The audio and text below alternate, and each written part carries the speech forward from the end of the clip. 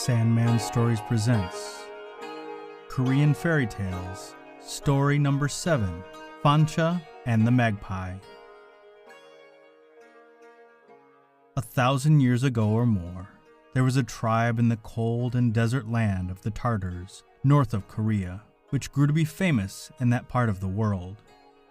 The men let their hair grow long and then plaited it into a long braid that hung down their backs, but they shaved the front of their heads.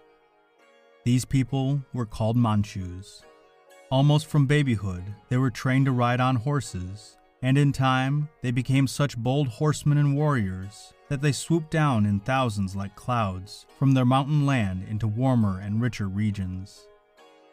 They had terrible bows and arrows, spears and swords, and they won many victories so that other tribes joined them. They captured Great China and invaded Korea. As long as they had been wandering tribes in the desert, they were poor and lived on plain food that the grassy plains and forests could furnish, such as nuts, herbs, the milk of mares and mutton. Their clothes were made of the wool from their own sheep. They were not proud, except of their strength, and they never asked who their grandfathers were. But it was very different when they came to be rulers of a vast empire, rich and great like China, which had books and writing and a history of thousands of years. The elegant Chinese gentlemen and nobles used to call their conquerors the horsey Tartars, so they learned to wash and perfume themselves, and to care for jade and tea and porcelain and silk and other things Chinese. Now when it came to pass that these people out of the desert sat on the thrones, and wore crowns on their heads, and dressed in satin, with jeweled robes and velvet shoes, they wanted to know who had been their ancestors long ago, and whence they came. It would not do to believe that the fathers and mothers of so mighty a race were once common folks who in the distant deserts lived on acorns and pine nuts, with horse meat often, and mutton occasionally, and mare's milk for dessert, or that they dressed up in sheepskin and tended horses like stable boys. Oh no, if the common folks, whom they now governed and made obey them, knew that the nobles who now lived in Peking and bullied the Koreans were once only stable and butcher boys, and had no houses but lived only in tents, there surely would be trouble. These Koreans and Chinese might disobey and rebel. They might even cut off their pigtails, which the Tartars had forced them to wear, and clip their locks like men in Europe and America. These white-faced and bearded foreigners they called Southern barbarians, because their ships came up from the south by way of India. "What shall we do to make the Chinese and Koreans think we are somebody?" asked the Chinese emperor of his wise men. In the council, it was the custom to ask first the younger men to tell what they thought about it, and for the oldest and wisest to speak last. They talked over the matter a long time. Finally, one graybeard took off his goggles and made answer. He had on his nose a pair of horn-rimmed green glasses, bigger than those which anyone else wore.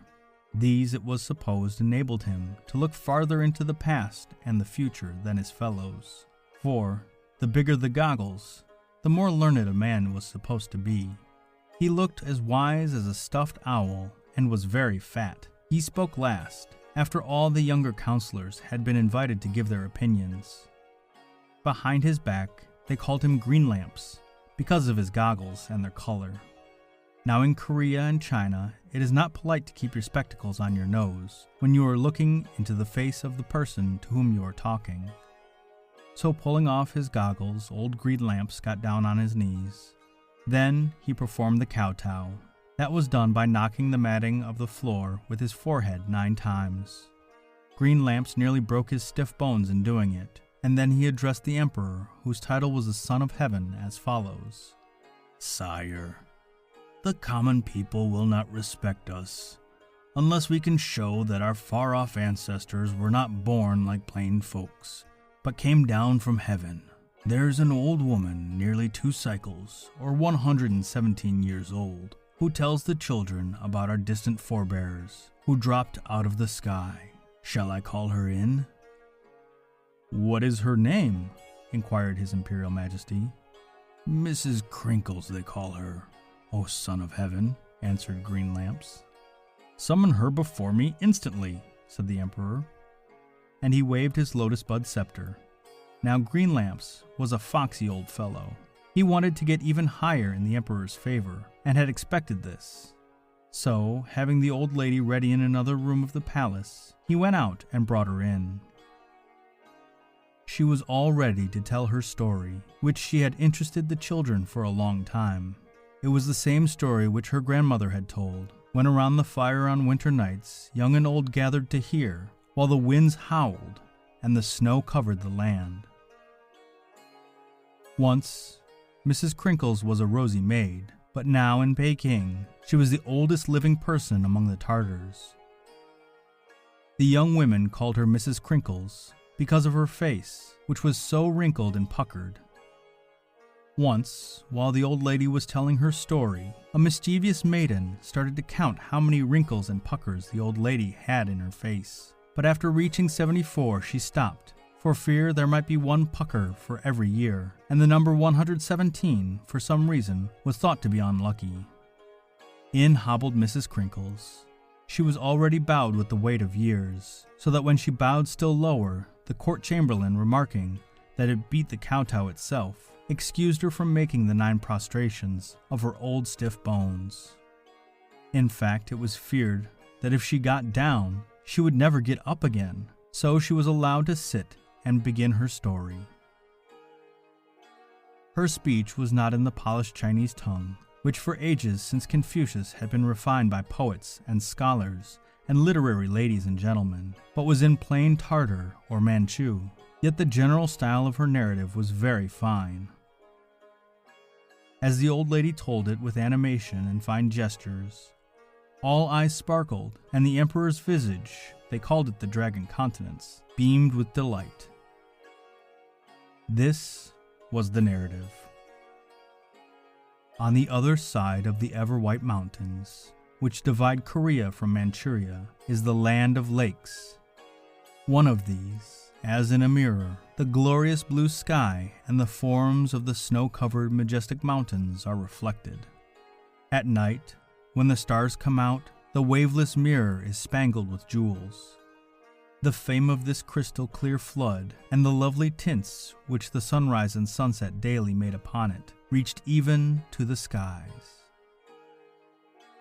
There were 3 lovely virgins who dwelt in the heavenly palaces, and they wanted to come down and bathe in the water of this lake and live on its shores. Permission was given them by the Lord of Heaven, and descending to the earth, they were as happy as fairies could be. They never tired of their enjoyment, seeing their own beautiful faces in the mirror of the lake. When they rose early in the morning to see the golden sunrise and tint the clouds and waters, it seemed like music when song answered song. When the light breezes rippled the surface of the lake, they clapped their hands with delight, and at bedtime they were lulled to sleep by the waves lapping on the quiet shore. They fell in love with the beautiful land, and became so charmed with it that in time they forgot about their old home and never wished to go back again into the skies. They were very kind to all living things, and especially to the magpies. These feathered creatures were very plentiful and tame, so the maidens made pets of them and chose the magpie as their sacred bird. Fond of gazing into the blue above and bathing in the liquid blue beneath, the 3 sisters went often into the lake.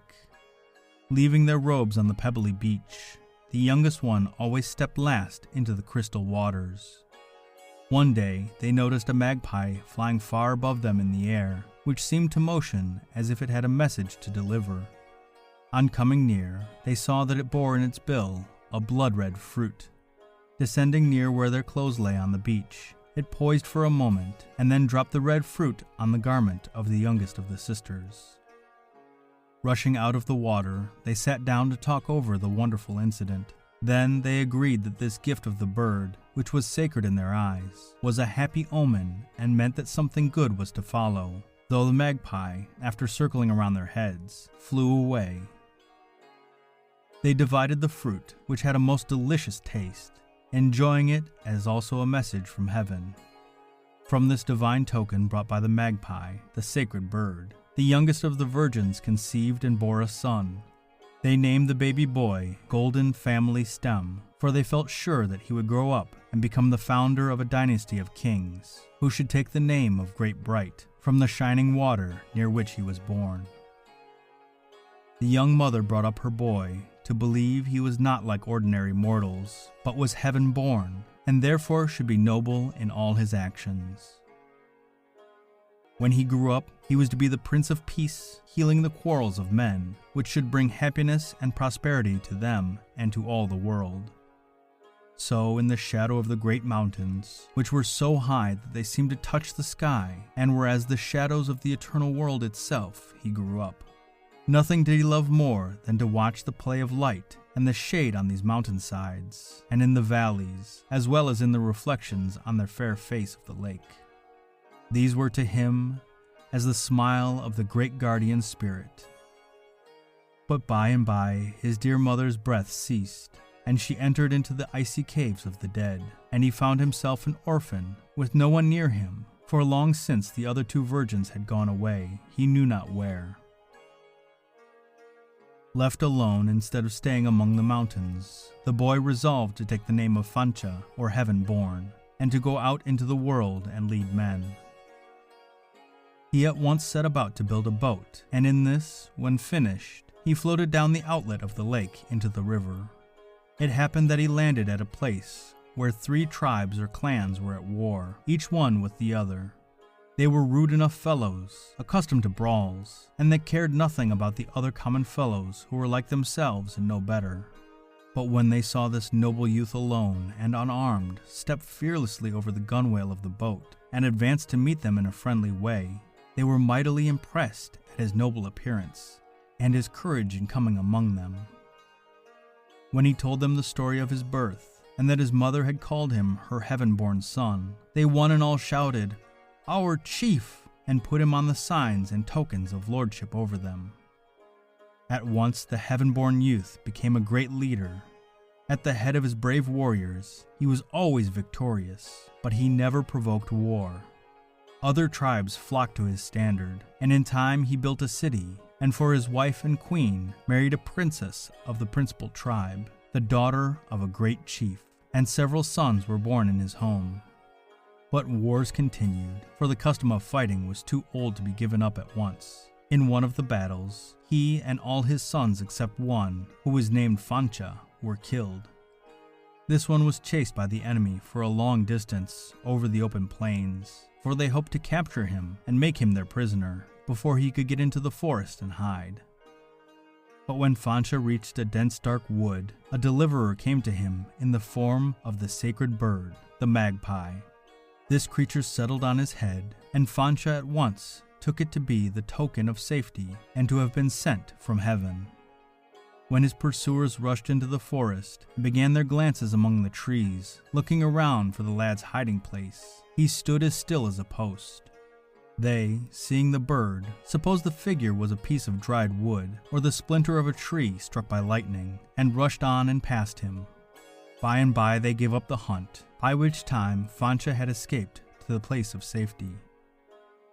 "The rest of the story your majesty knows," concluded the old lady, "for Fancha was your ancestor of 17 generations ago." The great emperor of all the Chinas was intensely interested and deeply moved at the story of the aged woman, and he loaded her with presents and honors, and created for her the office of chief storyteller to the imperial children. Besides this, he made provisions for her comfort as long as she lived. With a vermilion pencil, he wrote with his own hand the order that when she ascended to the skies, she should be buried in a gilded sandalwood coffin, receive a state funeral, have a marble tablet over her grave, and be awarded posthumous honors. As for old Greenlamps, he was raised 1 degree higher in office, given the honors of wearing a jade button on his cap, and the right to ride in his palanquin nearer the imperial palace door than any other mandarin except the prime minister.